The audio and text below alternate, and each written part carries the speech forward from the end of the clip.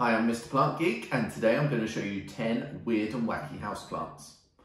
Starting off with this is the sensitive plant, also known as mimosa. When you touch the foliage, it curls up because it's trying to protect itself from predators.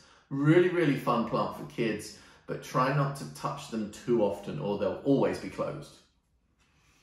Next up, this is a plant that comes back to life. This is the resurrection fern. It can kick about the Mexican desert for months on end, tied into a brown ball. Put it in water and within an hour, it bounces back like this. Absolutely amazing.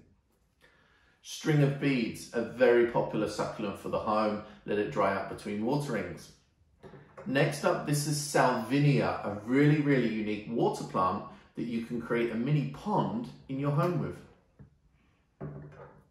Now, you've seen the Venus flytrap, but this is sundew. This captures insects in a very different way. So they fall onto the sticky pads. The pads then roll up and digest the insects. This is one of my favorite houseplants. This is the SpiderMan plant. It is really cool. It's kind of very contemporary and fairly easy to get hold of and grow. Now, you've heard of aloe vera, but have you heard of house leeks? They used to be grown on roofs in the old days, and the folklore said that it would protect your house from lightning.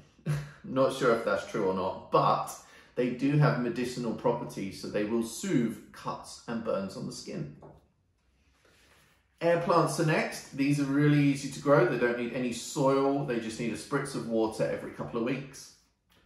Bananas. If you choose Musa cavendishii, you can potentially grow bananas in your conservatory in the UK.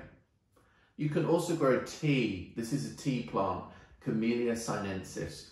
Wilt the leaves, roll them and roast them to make your own brew.